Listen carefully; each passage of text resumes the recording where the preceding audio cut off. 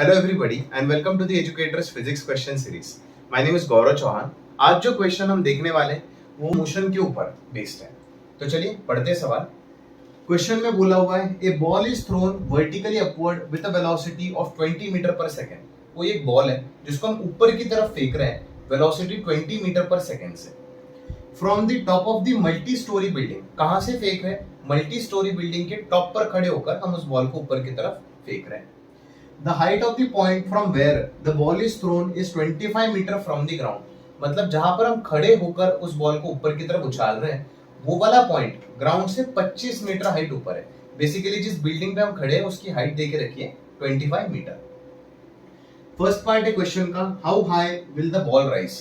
इस complete process के दौरान बॉल अपना मैक्सिमम हाइट कितना ऊपर टच करेगा ग्राउंड से, ये पूछा हुआ है। सेकेंड पार्ट में बोला हुआ है how long will it be before the ball hits the ground.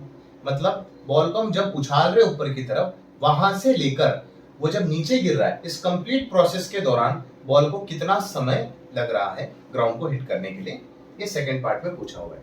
दोनों ही पार्ट्स को सॉल्व करने के टाइम पे हमें ग्रेविटी की value 10 metre per second square gravitational acceleration मान के चलना है। तो चलिए करते हैं इसको सॉल्व। तो चलिए सबसे पहले सवाल का डायग्राम बनाने के साथ में शुरू करेंगे। मान लेते हैं कि ये वो ग्राउंड है जहां से हमें सारी हाइट्स को कैलकुलेट करना है। मान लेते हैं ये वो बिल्डिंग है जिसके टॉप पर खड़े होकर हमें इस वाली बॉल को ऊपर की तरफ 20 मीटर पर सेकंड की स्पीड से फेंकना है। क्वेश्चन के अंदर इस बिल्डिंग की हाइट भी देके रखी है 25 मीटर्स के बराबर है। एक और चीज देखे रखी है सवाल में कि जो जी की वैल्यू है, जो ग्रेविटेशनल एक्सेलरेशन जो हमेशा नीचे की तरफ रहता है, उसकी वैल्यू हमें 10 मीटर पर सेकेंड स्क्वायर मान के चले। फर्स्ट पार्ट है क्वेश्चन का कि जो बॉल है वो अपनी कंप्लीट जर्नी के दौरान हाईएस्ट पॉइंट जो रीच करेगी वो हाईएस्ट पॉइंट ग्राउंड से कितना ऊपर की तरफ है। तो सबसे पहले देखते हैं कि इसका हाईएस्ट पॉइंट कहाँ रहा होगा। हम कह सकते हैं कि बॉल को हम ऊपर की तरफ 20 मीटर पर सेकेंड की स्पीड से फेंक रहे हैं, ग्रेविटेशनल एक्सेलरेशन नीचे की तरफ लग रहा है। तो जब बॉल ऊपर की तरफ मूव कर रही है तो एक्सेलरेशन उसकी वेलोसिटी के अपोजिट डायरेक्शन में, मतलब ये जो बॉल है अपनी अपवर्ड जर्नी के दौरान डी एक्सेलरेट करते हुए ऊपर जा रही है। डी एक्सेलरेट करी तो इसकी जो स्पीड है वो 20 मीटर पर सेकेंड से लगातार कम होते होते बॉल ऊपर की तरफ पहुंचेगी। इसकी जो स्पीड है वो अपवर्ड जर्नी के दौरान कम होती जाएगी। एक ऐसा पॉइंट आएगा जहां पर इसकी जो वेलोसिटी है वो 0 हो जाएगी। यही इसकी जर्नी का जो हाईएस्ट पॉइंट है वो रहा होगा, क्योंकि इसके बाद में ये जो पर्टिकुलर बॉल है वो नीचे की तरफ मूव करना शुरू कर जाएगी। यहाँ से नीचे की तरफ मूवमेंट शुरू होगा क्योंकि ये वाले पॉइंट पे वेलोसिटी 0 है, एक्सेलरेशन फिर भी नीचे ही लग रहा है। तो हम कह सकते हैं अपवर्ड की तरफ जाएगी, एक मोमेंट के लिए वेलोसिटी 0 होगी, फिर उसके बाद में बॉल नीचे की तरफ आना शुरू कर देगी। तो ये इसका जर्नी का जो हाईएस्ट पॉइंट है वो रहा होगा। इसी पॉइंट की डिस्टेंस हमें ग्राउंड से बतानी कितनी होगी। अब यहाँ से यहाँ तक की डिस्टेंस तो हमें ऑलरेडी पता है 25 मीटर। अगर हम सिर्फ इतनी डिस्टेंस कैलकुलेट कर ले, मान लेते वो वायु, तो हम कह सकते हैं कि ये जो बॉल है उसकी ग्राउंड से हाइट हो जाएगी ये वाली डिस्टेंस 25 मीटर प्लस ये वाली डिस्टेंस y। तो हमें बस 25 प्लस y ये वैल्यू निकालनी। बात करते हैं ये वाली डिस्टेंस की। अगर हम यहाँ से यहाँ तक सिर्फ इतनी अपवर्ड जर्नी की बात करें तो हम कह सकते हैं बॉल जो वो रेक्टिलिनियर मोशन करते ऊपर की तरफ जा रही है। तो यहाँ पर ये वाली इक्वेशन वैलिड रहेगी, v square is equal to u square plus 2 into acceleration to displacement। ये जो इक्वेशन है इसके अंदर सारी हम लोग क्वांटिटी एंटर करेंगे, वो वेक्टर क्वांटिटी है, तो हमें साइन के साथ में उनके वैल्यूज को एंटर करना होगा। हम किसी एक डायरेक्शन को पॉजिटिव मान लेते हैं, हम मान लेते हैं कि अपवर्ड की जो डायरेक्शन है वो पॉजिटिव है। बस यहाँ से यहाँ तक इनिशियल पॉइंट से फाइनल पॉइंट तक हम अभी v square is equal to u square plus 2as की इक्वेशन अप्लाई करेंगे। v होता है बॉडी की जो फाइनल वेलोसिटी है वो वाली वैल्यू। बॉडी की जो फाइनल वेलोसिटी वो कितनी है? 0 है। तो हम लिख सकते हैं v का स्क्वायर मतलब 0 का square is equal to initial velocity. Initial velocity कितनी है? 20 है। अपवर्ड को पॉजिटिव माना है, वेलोसिटी भी ऊपर की तरफ, तो प्लस के साथ लिखेंगे प्लस 20 का square plus 2 into acceleration. Acceleration g है, नीचे की तरफ है 10 मीटर पर सेकेंड स्क्वायर। हमने अपवर्ड को पॉजिटिव माना है तो उसको माइनस के साथ लिखेंगे, कितना? -10 इंटू डिस्प्लेसमेंट। डिस्प्लेसमेंट होता है initial point of the journey और final point of the journey के बीच की सबसे छोटी डिस्टेंस। उन दोनों के बीच की सबसे छोटी डिस्टेंस यही रही होगी, उन दोनों को मिलाने वाली स्ट्रेट लाइन जिसकी लेंथ है y। डिस्प्लेसमेंट भी एक वेक्टर क्वांटिटी होती है, उसकी जो डायरेक्शन होती है वो इनिशियल पॉइंट से फाइनल पॉइंट की तरफ रहती है। तो डिस्प्लेसमेंट की डायरेक्शन ऊपर की तरफ रही होगी, अपवर्ड कोई पॉजिटिव मान के चल रहे हैं हम लोग, तो डिस्प्लेसमेंट में हम प्लस के साथ लिखेंगे कितना y।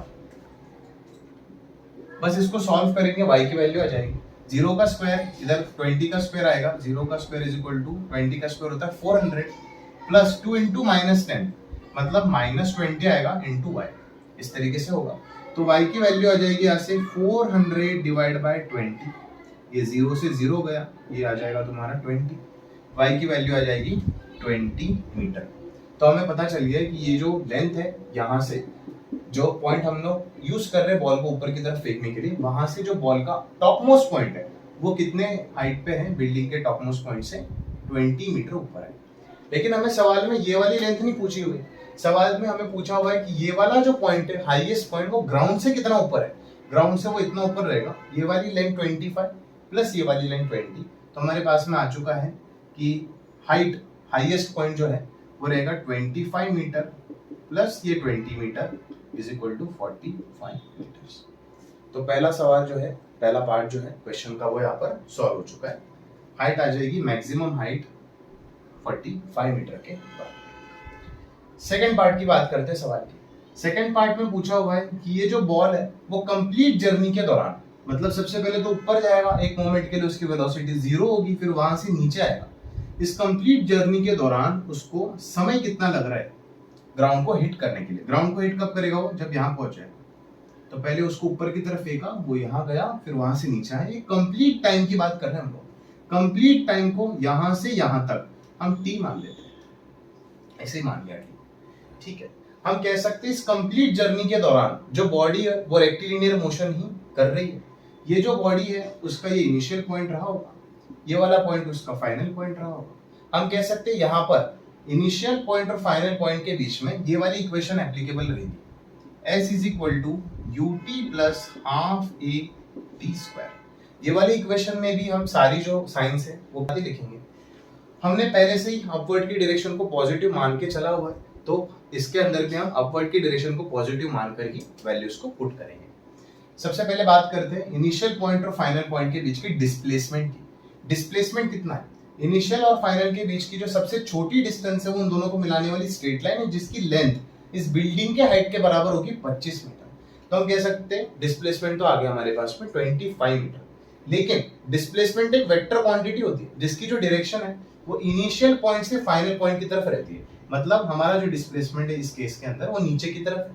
अपवर्ड को पॉजिटिव मान के हम चल रहे हैं तो डिस्प्लेसमेंट हम माइनस के साथ लिखेंगे क्योंकि वो नीचे की तरफ है। -25 मीटर लिखते हैं यहाँ पर, -25 is equal to initial velocity into time. Initial velocity 20 metre per second है अपवर्ड की डायरेक्शन में। अपवर्ड को ही पॉजिटिव माने तो प्लस के साथ लिखेंगे, is equal to 20 into time t मान के चल रहे वही निकालना है, plus half into acceleration. Acceleration नीचे की तरफ है, continuously g 10 metre per second square लग रहा है। नीचे को हमने माइनस के साथ लिखना है क्योंकि अपवर्ड को पॉजिटिव मान के चल रहे हैं, तो -10 ऐसे आ जाएगा इधर, -10 into T square.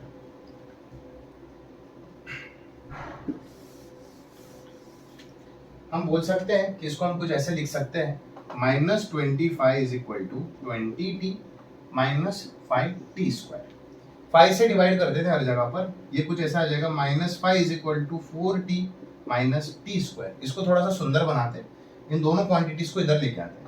t square -4t -5 is equal to 0। बस क्वाड्रेटिक को सॉल्व करना है अभी हम बोल सकते हैं t square -5t plus t -5 is equal to 0। कुछ इस तरीके से फैक्टर्स हम लिख सकते हैं क्वाड्रेटिक के। बस अभी इसको जमा के लिखना है, थोड़ा सा यहाँ लिख देता हूँ। हम बोल सकते हैं t को कॉमन ले लेंगे तो ये आ जाएगा t -5 प्लस 1 को कॉमन ले लेंगे आ जाएगा t -5 इज इक्वल टू 0 हो जाएगा। हम बोल सकते हैं t plus 1 into t -5 is equal to 0, कुछ इस तरीके से आएगा। तो यहाँ से t की दो वैल्यूज निकल के t इज इक्वल टू -1 और t is equal to 5। Time जो वो कभी भी निगेटिव नहीं हो सकता है, तो इस वाली वैल्यू को हम रिजेक्ट करेंगे। सही आंसर हमारे पास में आ चुका है t इज इक्वल टू 5। मतलब कंप्लीट जर्नी के दौरान जो बॉडी को टाइम लग रहा है वो कितना रहेगा, t is equal to 5 seconds के बराबर। तो दोनों ही आंसर आ चुके हैं। पहले पार्ट का आंसर है हाइट मैक्सिमम कितनी है 45 मीटर। सेकंड पार्ट कितना टाइम लग रहा है कंप्लीट जर्नी में 5 सेकेंड्स के बराबर। जो सेकंड पार्ट हमने सॉल्व किया उसका एक और तरीका हो सकता है जो थोड़ा लेंथी प्रोसेस है कि हम यहाँ से यहाँ तक के टाइम को कुछ मान लेते यहाँ से यहाँ तक के टाइम को t1 मान लेते हैं और यहाँ से नीचे आने के टाइम को कुछ मान ले t2। ठीक है, फिर यहाँ से यहाँ तक हम s equal to ut plus half at square लगाकर ये t1 पता करें। फिर उसके बाद में यहाँ से यहाँ तक s equal to ut plus half at square को लगाए, वहां से t2 को कैलकुलेट करें, दोनों को ऐड कर दें t1 प्लस t2 आ जाएगा, आंसर सेम आएगा। इतनी मजदूरी करने की जरूरत नहीं है, डायरेक्टली इनिशियल और फाइनल के बीच में भी हम लगा सकते हैं s equal to ut plus half at square, क्योंकि ये भी रेक्टिलिनियर मोशन ही है। तो चलिए फिर खत्म करते हैं इसको, मिलते हैं अगले सवाल में। Thank you.